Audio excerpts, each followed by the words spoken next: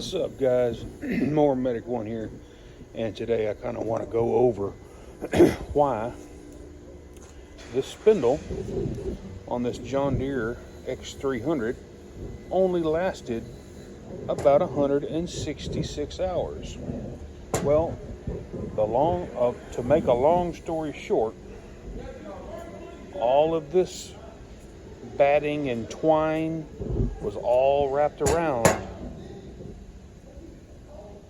this spindle shaft right here, and basically whenever it gets wet, it attracts moisture, and as you can tell, this whole inside of this bearing housing is just full of rust. Not so much on the pulley side, but on the blade side we have got some definite water intrusion. Now I went ahead and reassembled this assembly without the housing being installed because I want to show you guys how these spindles are greased, even though they have a factory grease nipple here. Why on earth would they not go ahead and grease that from the factory? Look, it's only got just a couple spats of grease down in there from the factory. Now look at this shaft and look at all of this rust all on the bearing here. I'm going to take this back apart. I'm going to show you how John Deere has integrated their shaft assembly up here where the grease comes in. The grease will actually go down the spacer here and out the bearing here. And once it starts coming out of this bearing, then it starts filling up this cavity in here. But it doesn't make any sense because the bearing seal is closed on the pulley side. You could actually take this bottom seal out of this bearing and you could actually be able to grease the top bearing as well. Alright, so how this works is pretty ingenious in my opinion.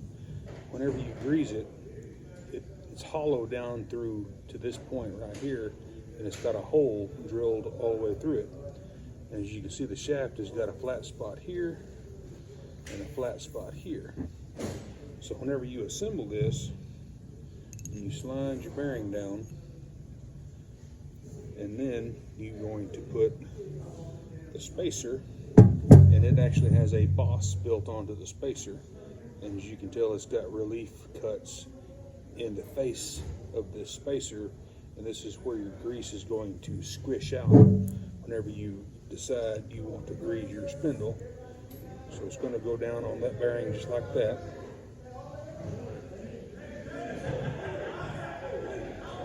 Slide your other bearing on.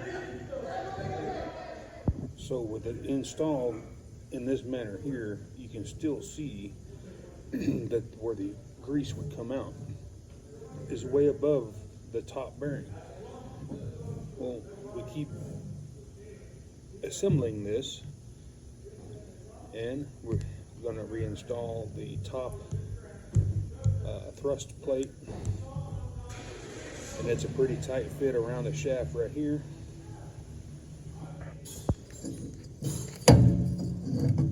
Go ahead and install your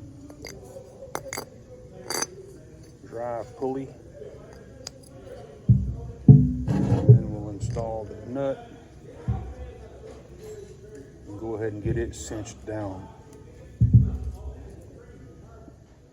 So whenever you go to grease your spindle, the grease is going to come out of those two holes, but it's going to be trapped, or it's going to be funneled down by this spacer right here, and it's going to follow down those relief grooves inside on the sides of the spindle here, right down the inside of this spacer, and it's going to get dispersed at the bottom of those relief cuts and it's going to lubricate this bottom bearing.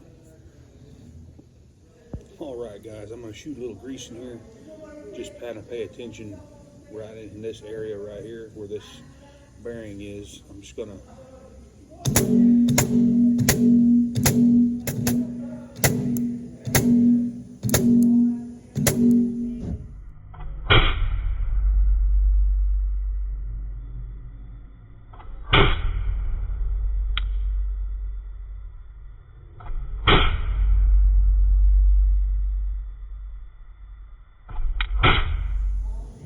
so that's going to lubricate that bottom bearing. However, whenever the housing is around all this whole assembly, this grease is going to fill this cavity, and eventually, like I said before, if you were to pop this seal out right here, it would actually get grease to the upper bearing without any issues. So I'm going to go ahead and grease this other spindle.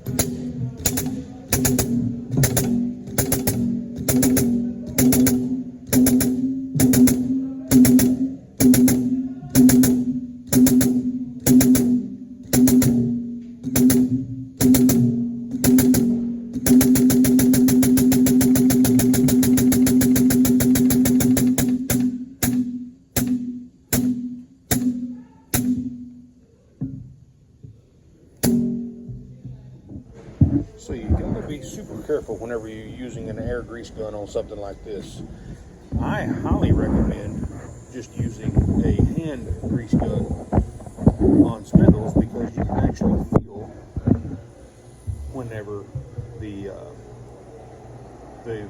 grease gun, whenever you're pumping it, you can actually feel it get, you know, a little bit tighter or having a little bit of resistance as you're putting the grease in.